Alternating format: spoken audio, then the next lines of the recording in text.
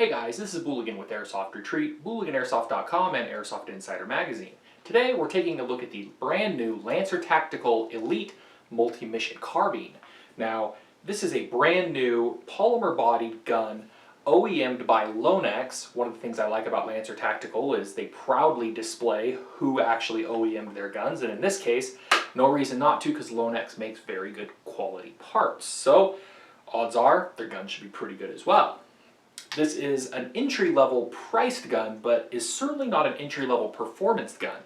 Velocity is coming in right around 420 FPS, and we're going to do a chrono test at the end of this video, as well as a rate of fire test. The price is where this thing really shines, coming in under $180, priced, right $180, $179. It is available in both a black and a tan color, and is also available in two different barrel lengths. This is your M4 standard 14.5-inch barrel. You can also get this with a 10.5-inch barrel for more CQB oriented gun layout. The price does not change. My understanding is it is $180 for both the short version, the long version, black or tan. A few of the features that I like about this gun so far.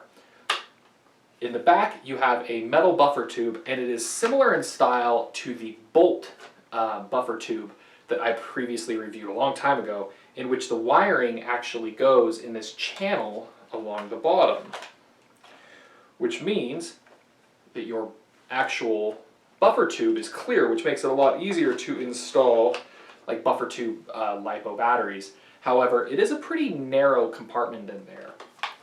But don't fear, because you still have good battery space in your crane stock compartments.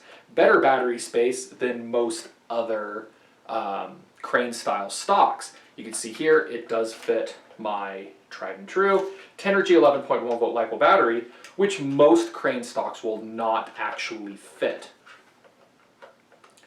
Now you can relatively easily reinstall this piece right here, if I can get the wiring situated correctly. And you now have adjustable stock, normal crane stock in that regard, and a rubber butt pad, very comfortable. Very, very comfortable to shoulder. Pretty basic stuff back here, but I do like the fact that your wiring runs in this channel along the bottom. Now, my understanding is this is most likely going to be for the Recoil model that is coming out soon. We'll talk about that a little bit. Moving forward, you have a specially designed polymer receiver. It's not your normal M4 receiver. It has a couple of extra design features here and there. You'll notice this sticker here that says Lancer Tactical 6mm caliber. This is temporary on these pre-production models. The production models will have proper engravings here. This is just kind of a temporary measure that for the ones that they've sent out to review. The polymer receiver is actually very, very high quality. It has very little flex in it, and very little flex in the gun throughout. The thing, for being a fully polymer gun essentially, is quite sturdy. You have an ergonomic pistol grip with an extended back section here, very comfortable, meshes up well with this large ambidextrous sling point. The gun does feature a locking bolt catch. Pull back the charging handle, it is locked back. You can now access the rotary style hop-up, which I will talk about again in just a section in a small issue that I had with mine. To release that, simply push the bolt catch release button, it slides forward. Now you'll notice this top rail, there's a standard M4 top rail underneath here. However, the front rail is connected with an extended piece up top, which gives you uninterrupted rail space. Raises it slightly, which is good, makes for an easier target acquisition, easier target picture without having to really come down on the stock, especially if you're wearing facial protection. And the gun does come with polymer adjustable sights, which do have locking buttons that you must push in order to fold. The handguard at the front is technically a modular setup. You can take off these side rails, but you can't really replace them with anything else that I've seen. You can just run them or not run them. Just undo these screws and then slide it forward. It's sort of like a key mod type system, but it is not actually key mod. You have no rails here where your hand normally goes, which I kind of prefer. Run it slick down there and have rails up front for accessories. You have a metal 14.5-inch barrel terminated in an orange plastic flash hider. The included magazine sort of resembles a PMag, and it's a high cap, but there's no winding wheel on the bottom. That is because if you slide this forward, you have a flash mag type winding string, which lets you wind up the magazine a little bit faster, and these generally feed a little bit better at higher rates of fire, which this gun has pretty good rate of fire using this 11.1 volt LiPo, and again, we'll do performance at the end. Now, some of my thoughts on this gun, again, 180 bucks, this thing's going to be pretty hard to beat. Very solid, very little free play, no wobble in the rail. You do have a little bit in the barrel if you really torque it, because it kind of torques itself against that, but simple, just don't go banging around your barrel.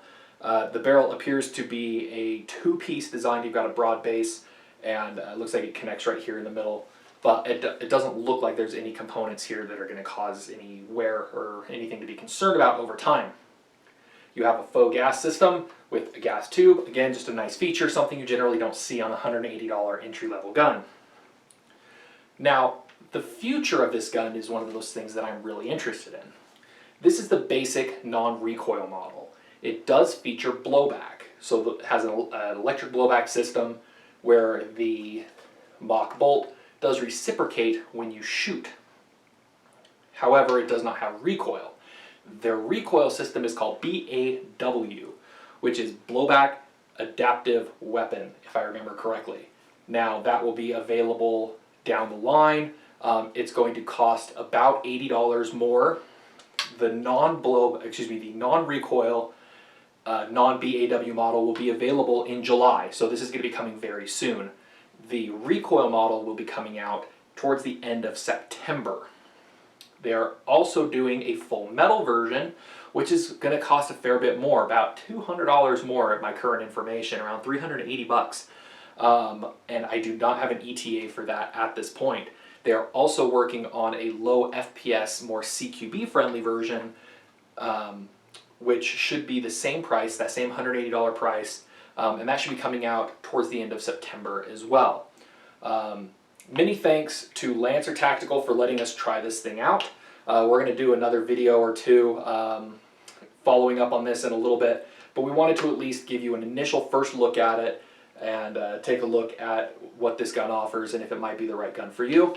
Many thanks to them again for sending it over to review. Be sure to check out all of my reviews on Booligan Airsoft and Airsoft Retreat, and stay tuned. Let's do a quick chronograph test and see how the rate of fire is.